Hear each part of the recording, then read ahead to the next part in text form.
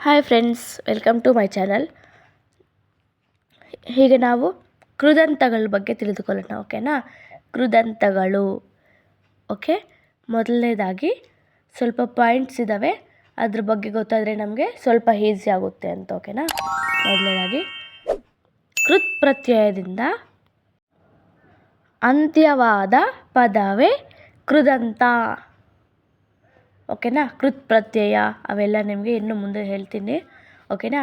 Next point ಬಂದು ಧಾತುಗಳಿಗೆ ಕೃತ್ ಪ್ರತ್ಯಯಗಳು ಸೇರಿದರೆ ಕೃದಂತ ಪದಗಳಾಗುತ್ತವೆ. ನೋಡಿ, ಧಾತುಗಳಿಗೆ ಈ ಕೃತ್ ಪ್ರತ್ಯಯಗಳು ಸೇರಬೇಕು, ಆಗ ನಮಗೆ ಕೃದಂತ ಪದಗಳಾಗುತ್ತವೆ. ಓಕೆನಾ? ನೆಕ್ಸ್ಟ್ ಬಂದುಬಿಟ್ಟು ಕ್ರಿಯಾಪದದ ಮೂಲ ರೂಪವಾದ ಧಾತು ಅಥವಾ ಕ್ರಿಯಾ ಪ್ರಕೃತಿ ಕೆಲವು ಪ್ರತ್ಯಯಗಳನ್ನು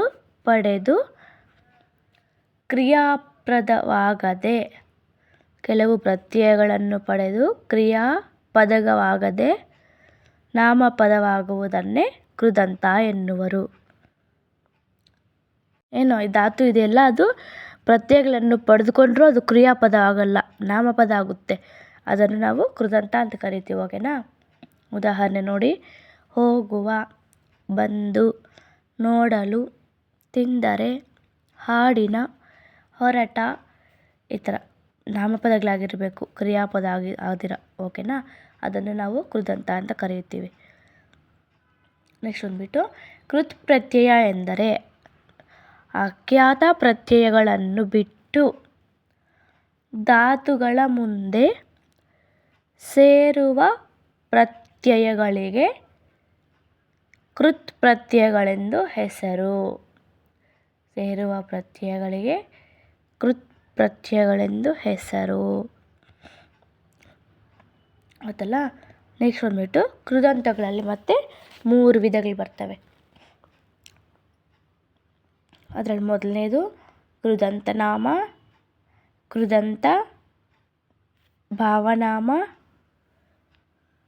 ಕೃದಂತ ಅವ್ಯಯ ಅಂತ. ಓಕೆನಾ? ಇವಾಗ ಒಂದೊಂದೇ ನೋಡೋಣ. ಅದರಲ್ಲಿ ಮೊದಲನೇದು ಕೃದಂತ ನಾಮ. ಓಕೆನಾ? ಅಂದರೆ ಧಾತುಗಳಿಗೆ ಕರ್ತೃ ಮೊದಲಾದ ಅರ್ಥದಲ್ಲಿ, ಓಕೆನಾ, ಮೊದಲಾದ ಅರ್ಥದಲ್ಲಿ ಸಾಮಾನ್ಯವಾಗಿ ಆ ಎಂಬ ಕೃತ್ ಪ್ರತ್ಯಯ ಬರುವುದು. ಆ ಎಂಬ ಕೃತ್ ಪ್ರತ್ಯಯ ಬರುವುದು.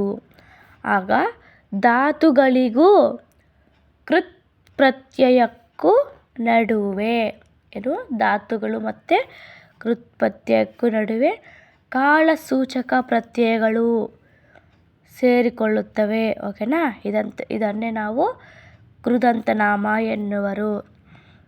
ಧಾತುಗಳು ಮತ್ತು ಕೃತ್ ಪ್ರತ್ಯಯಗಳ ಮಧ್ಯೆ ಕಾಲಸೂಚಕ ಪ್ರತ್ಯಯಗಳು ಸೇರಿಕೊಂಡಾಗ ನಾವು ಕೃದಂತ ನಾಮ ಅಂತ ಕರಿತೀವಿ. ಓಕೆನಾ? ಉದಾಹರಣೆ ನೋಡಿ. ಮೊದಲನೇದು ವರ್ತಮಾನ ಕೃದಂತ, ಅಂದರೆ ವರ್ತಮಾನ ಕಾಲಕ್ಕೆ ಕೃದಂತ. ಎಕ್ಸಾಂಪಲ್ಲು ಮಾಡುವ, ಮಾಡು ಪ್ಲಸ್ ವ ಪ್ಲಸ್ ಆ. ಇಲ್ಲಿ ಸಾಮಾನ್ಯವಾಗಿ ಆ ಎಂಬ ಪ್ರತ್ಯಯ. ಓಕೆನಾ? ಆ ಅನ್ನೋದು ಕೃತ್ ಪ್ರತ್ಯಯ ಆಗಿರುತ್ತೆ. ಓಕೆನಾ? ಬಾಳುವ, ಬಾಲು ಪ್ಲಸ್ ವ ಪ್ಲಸ್ ಆ. ಅರ್ಥ ಆಯ್ತಲ್ಲ? ಇದು ಕಾಲಸೂಚಕವನ್ನು ತೋರಿಸುತ್ತೆ ಕೃದಂತ ನಾಮ ಅಂದರೆ. ವರ್ತಮಾನ ಅರ್ಥ ಆಯ್ತಲ್ಲ? ನೆಕ್ಸ್ಟ್ ಬಂದುಬಿಟ್ಟು ಭೂತಕಾಲಕ್ಕೆ ಭೂತಕಾಲ ಕೃದಂತ ಅಂತ. ಓಕೆನಾ? ಇಲ್ಲಿ ಬಂದುಬಿಟ್ಟು ಧಾತುಗಳಿಗೆ ದಾ ಪ್ರತ್ಯಯ ಸೇರಿದರೆ ಭೂತ ಕೃದಂತಗಳಾಗುವುದು. ಓಕೆನಾ? ವರ್ತಮಾನಕ್ಕೆ ಆ ಪ್ರತ್ಯಯ, ಭೂತಕಾಲಕ್ಕೆ ದಾ ಪ್ರತ್ಯಯ ಸೇರಿದರೆ. ನೋಡಿ, ಕೇಳಿದ, ಕೇಳು ಪ್ಲಸ್ ದ ಪ್ಲಸ್ ಆ. ತಿಂದ, ತಿನ್ನು ಪ್ಲಸ್ ದಾ ಪ್ಲಸ್ ಆ. ನೋಡಿ, ದಾ ಪ್ರತ್ಯಯ ಸೇರಿದೆ. ಇದು ಭೂತಕಾಲಕ್ಕೆ ಉದಾಹರಣೆಗಳು ಅಂತ ಕೃದಂತ ನಾಮದಲ್ಲಿ. ಓಕೆನಾ? ಬರೆದ, ಬರೆ ಪ್ಲಸ್ ದ ಪ್ಲಸ್ ಆ. ಓಕೆನಾ? ನೆಕ್ಸ್ಟ್ ಬಂದುಬಿಟ್ಟು ನಿಷೇಧ ಕೃದಂತ. ಓಕೆನಾ? ನಿಷೇಧ ಕೃದಂತ. ಓಡದ, ಓಡ ಪ್ಲಸ್ ಅದ ಪ್ಲಸ್ ಅ. ಇಲ್ಲಿ ಅದ ಪ್ರತ್ಯಯ ಸೇರಿಕೊಳ್ಳುತ್ತೆ. ಓಕೆನಾ?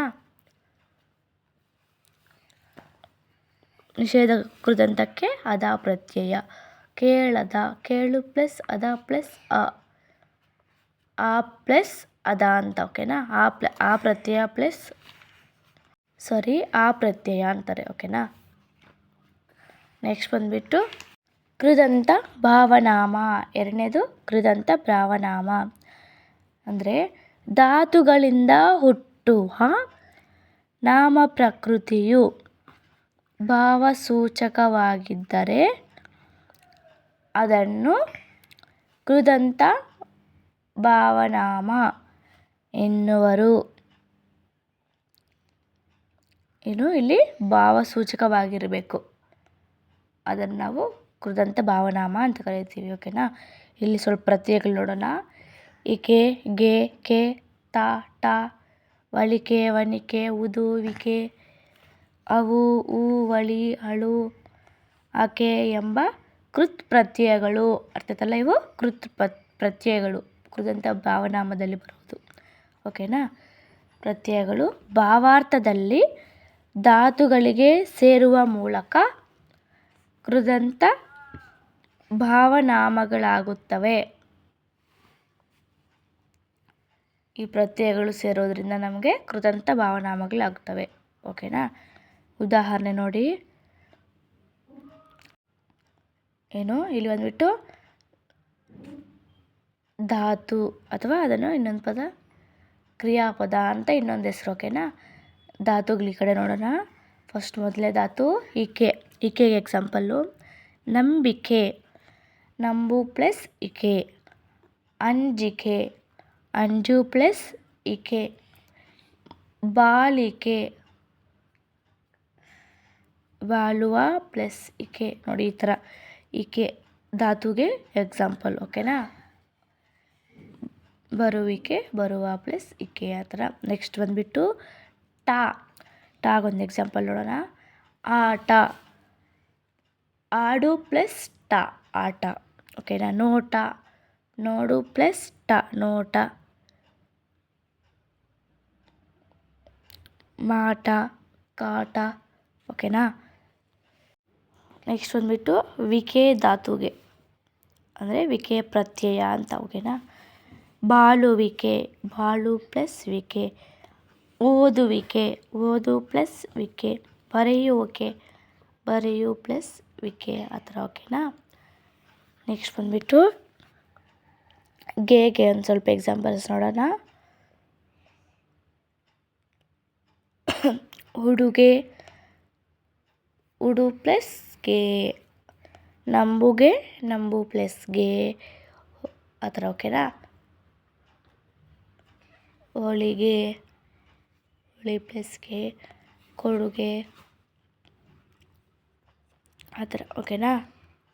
ನೆಕ್ಸ್ಟ್ ಬಂದುಬಿಟ್ಟು ಉದು, ಉದು ಪ್ರತ್ಯಯ. ನಗುವುದು, ನಗು ಪ್ಲಸ್ ಉದು.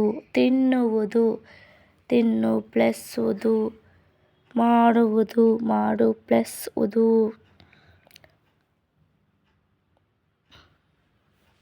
ಮತ್ತು ಒಲಿಕೆ ಅಂದರೆ ಒಲಿಕೆಗೆ ಒಂದು ಪ್ರತ್ಯಯಕ್ಕೆ ನೋಡೋಣ. ತಿಳಿಯುವಿಕೆ, ತಿಳಿಯುವಿಕೆ, ತಿಳಿಯುವುದು ಪ್ಲಸ್ ಒಲಿಕೆ, ತಿಳಿಯುವಿಕೆ, ಆ ಥರ, ಓಕೆನಾ. ನೆಕ್ಸ್ಟ್ ಬಂದುಬಿಟ್ಟು ಮೂರನೇದು ಕೃದಂತಾವ್ಯಯಗಳು, ಓಕೆನಾ. ಅಂದರೆ ಧಾತುಗಳು ಪ್ರತ್ಯಯಗಳನ್ನು ಪಡೆದು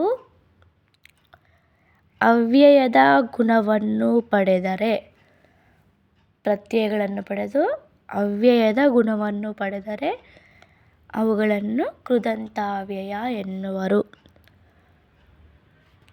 ನೆಕ್ಸ್ಟ್ ಬಂದುಬಿಟ್ಟು ಧಾತುಗಳಿಂದ ದರೆ, ಮೇಲೆ, ದರೆ, ಮೇಲೆ, ಉತ್ತ, ಅದೆ, ಅಳು, ಅಳಿಕೆ, ಆ, ಲಿ, ದು ಇತ್ಯಾದಿ ಪ್ರತ್ಯಯಗಳು ಸೇರಿ ಕೃದಂತಾವ್ಯಯಗಳಾಗುತ್ತವೆ. ಅಲ್ಲ, ಈ ಪ್ರತ್ಯಯಗಳು ಸೇರಿ ಕೃದಂತಾವ್ಯಯಗಳಾಗುತ್ತವೆ ಅಂತ, ಓಕೆನಾ. ನೆಕ್ಸ್ಟ್ ಬಂದುಬಿಟ್ಟು ಕೃದಂತ ಅವ್ಯಯಗಳನ್ನು ಅಪೂರ್ಣ ಕ್ರಿಯೆ ಪೂರ್ಣ ಕ್ರಿಯೆ ಅಥವಾ ನ್ಯೂನ್ಯ ಕ್ರಿಯೆಗಳೆಂದು ಕರೆಯುತ್ತೇವೆ. ಅಂದರೆ ಕೃದಂತ ಅವ್ಯಯಕ್ಕೆ ಇನ್ನೂ 2 ಹೆಸರಿದೆ ಅಂತ ಅರ್ಥ. ಓಕೆನಾ? ಅಪೂರ್ಣ ಕ್ರಿಯೆ ಅಥವಾ ನ್ಯೂನ್ಯ ಕ್ರಿಯೆ ಎಂದು ಕರೆಯುತ್ತೇವೆ. ಏಕೆಂದರೆ ಅವುಗಳ ಅರ್ಥ ಸ್ಪಷ್ಟವಾಗಲು ಒಂದು ಪೂರ್ಣ ಕ್ರಿಯಾಪದದ ಅವಶ್ಯಕತೆ ಇದೆ. ಓಕೆ, ಅರ್ಥ ಆಯ್ತಲ್ಲ? ಅರ್ಥ ಅದು ಸ್ಪಷ್ಟ ಆಗಬೇಕಂದ್ರೆ ಇನ್ನೊಂದು ನಾವು ಪೂರ್ಣ ಕ್ರಿಯಾಪದ ಜೊತೆ ಸೇರಿಸ್ಕೊಂಡ್ರೇ ಇದಕ್ಕೊಂದು ಅರ್ಥ ಬರುತ್ತೆ ಅಂತ. ಓಕೆನಾ? ಮೊದಲನೇದಾಗಿ ಉತ್ತಾಗೆ ಎಕ್ಸಾಂಪಲ್ಲು.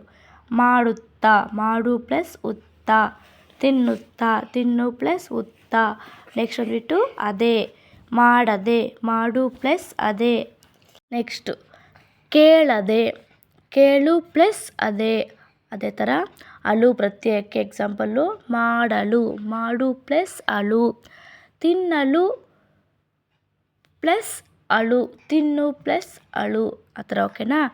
ಅಳಿಕೆಗೆ ಎಕ್ಸಾಂಪಲ್ಲು ಕೇಳಲಿಕ್ಕೆ ಈಕ್ವಲ್ಸ್ ಕೇಳು ಪ್ಲಸ್ ಅಳಿಕೆ. ಆಡಲಿಕ್ಕೆ, ಆಡು ಪ್ಲಸ್ ಅಳಿಕೆ. ಓಕೆನಾ? ನೆಕ್ಸ್ಟು ಆಗೊಂದು ಎಕ್ಸಾಂಪಲ್ ನೋಡೋಣ. ಮಾಡ ಈಕ್ವಲ್ಸ್ ಮಾಡು ಪ್ಲಸ್ ಆ. ಅದೇ ಥರ ಕೇಳ ಮಾಡಿದ್ರೆ ಕೇಳು ಪ್ಲಸ್ ಆ ಅಂತಬೋದು. ಇಲ್ಲಿ ಕೇಳಿ ಅಂತ ಮಾಡಿದ್ರು ಕೇಳು ಪ್ಲಸ್ ಈ. ಬರೆದು, ಬರೆ ಪ್ಲಸ್ ದು. ಮರೆದು, ಮರೆ ಪ್ಲಸ್ ದು. ಎರೆದು, ಎರೆ ಪ್ಲಸ್ ದು. ಮಾಡಿ, ಮಾಡು ಪ್ಲಸ್ ಈ. ಇವೆಲ್ಲ ನಮಗೆ ಕೃದಂತ ಅವ್ಯಯಗಳಿಗೆ ಉದಾಹರಣೆ. ಇದೇ ಥರ ನಾವು ಎಲ್ಲದಕ್ಕೂ ಎಕ್ಸಾಂಪಲ್ಸ್ ಕೊಡ್ಬೋದು. ಓಕೆನಾ? ಬರೆದುಗೆ ಆ ಸೇರಿಸ್ಬೋದು, ಈ ಸೇರಿಸ್ಬೋದು, ಅದೇ ಥರ ಸೇರಿಸ್ಕೋಬೇಕು. Thanks for watching.